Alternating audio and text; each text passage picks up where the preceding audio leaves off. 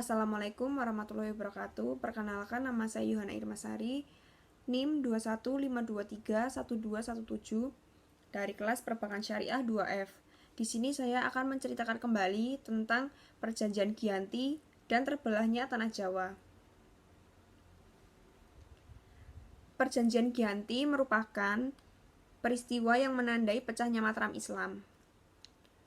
Awal mula perpecahan kerajaan di Jawa ini bermula dari pertikaian antar keluarga yang disebabkan politik adu domba VOC.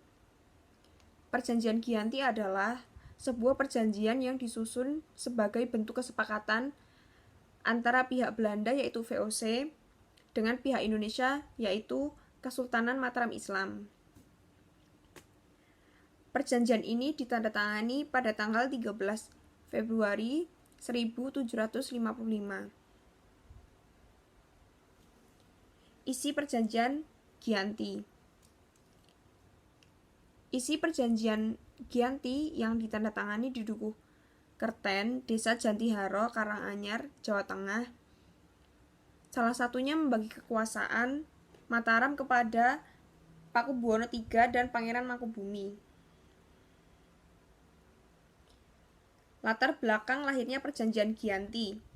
Lahirnya Perjanjian Giyanti dipicu adanya kesuksesi kerajaan Mataram yang mendapat campur tangan VOC.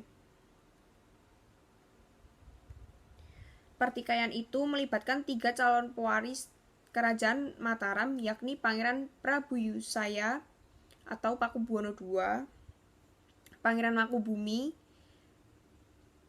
dan Raden Mas Said atau Pangeran Sambernyawa. Pakubuwono II dan Pangeran Mangkubumi adalah kakak beradik. Sama-sama putra dari Amangkurat IV, penguasa Mataram periode 1719 sampai 1726. Sementara Raden Mas Said adalah putra Pangeran Arya Mangkunegara, putra sulung Amangkurat IV. Arya Mangkunegara yang seharusnya meneruskan tahta Amangkurat IV justru diasingkan ke Sri Lanka. Raden Mas Said juga mengklaim berhak dengan tahta Mataram sebagai salah satu cucu Amangkurat IV atau keponakan Pakubuwono II dan Pangeran Mangkubumi. Namun dalam perjalanannya VOC justru menaikkan Pangeran Prabayusaya atau Pakubuwono II sebagai raja.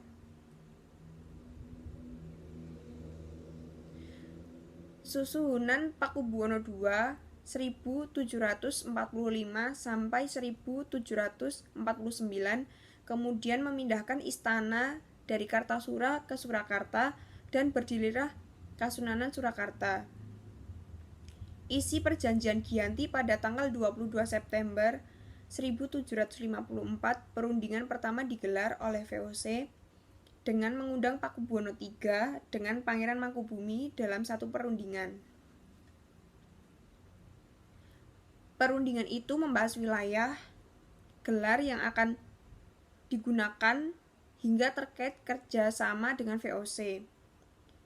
Pada tanggal 13 Februari 1755, perundingan mencapai kata sepakat dengan menandatangani Perjanjian Giyanti.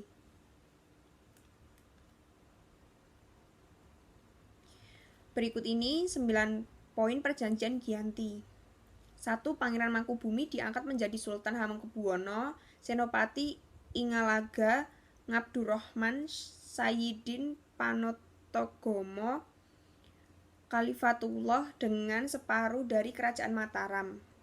Hak kekuasaan diwariskan secara turun-temurun. 2.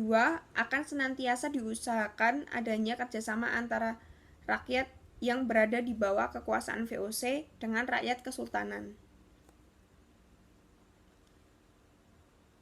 Sebelum Pepati Dalem dan para bupati mulai melaksanakan tugasnya masing-masing, mereka harus melakukan sumpah setia pada VOC di tangan gubernur.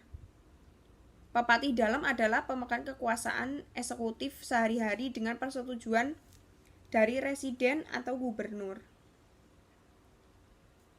Sri Sultan tidak akan mengangkat atau memberhentikan Pepati Dalem atau Bupati sebelum mendapat persetujuan dari VOC.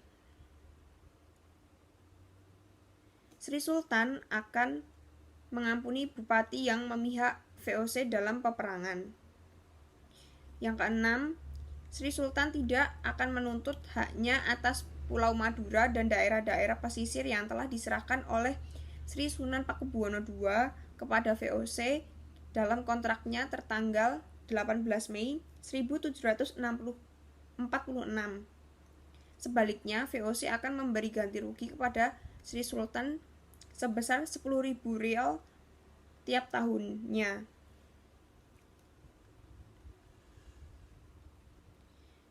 Yang ketujuh, Sri Sultan akan memberi bantuan kepada Sri Sunan Pakubuwono III sewaktu-waktu jika diperlukan. Yang kedelapan, Sri Sultan berjanji akan menjual bahan-bahan makanan dengan harga tertentu kepada VOC. Yang kesembilan, Sultan berjanji akan menaati segala macam perjanjian yang pernah diadakan antara penguasa Mataram terdahulu dengan VOC, khususnya perjanjian-perjanjian yang dilakukan pada tahun 1705, 1733, 1743, 1746, dan 1749. Dampak perjanjian Giyanti adalah mengakhiri dinasti Mataram Islam sebagai kerajaan independen. Kerajaan Mataram Islam terpecah menjadi dua, yaitu Kasunanan Surakarta Hadiningrat dan Kesultanan Yogyakarta Hadiningrat. Kasunanan Surakarta tetap dipimpin oleh Pakubuwono III, sedangkan Kesultanan Yogyakarta dipimpin oleh Pangeran Mangkubumi dengan gelar Sri Sultan Hamengkubuwono I. Dampak perjanjian Giyanti juga membuat peradaban kebudayaan Jawa terpecah menjadi dua dengan terpusat di Surakarta dan di Yogyakarta. Perjanjian Giyanti membagi wilayah kedua kerajaan tersebut dengan dibatasi oleh Kali Opak. Sebelah timur Kali Opak menjadi wilayah kekuasaan Surakarta, sementara sebelah barat Kali Opak merupakan wilayah Yogyakarta. Dalam perjalanannya, Trah Mataram Kasunanan Surakarta dan Kesultanan Yogyakarta akan terpecah kembali dengan lahirnya Kadipaten Mangkunegaran dan Kadipaten Pakualam. Sekian dari saya. Apabila ada kurang, mohon maaf. Billahi taufiq wal hidayah. Wassalamualaikum warahmatullahi wabarakatuh.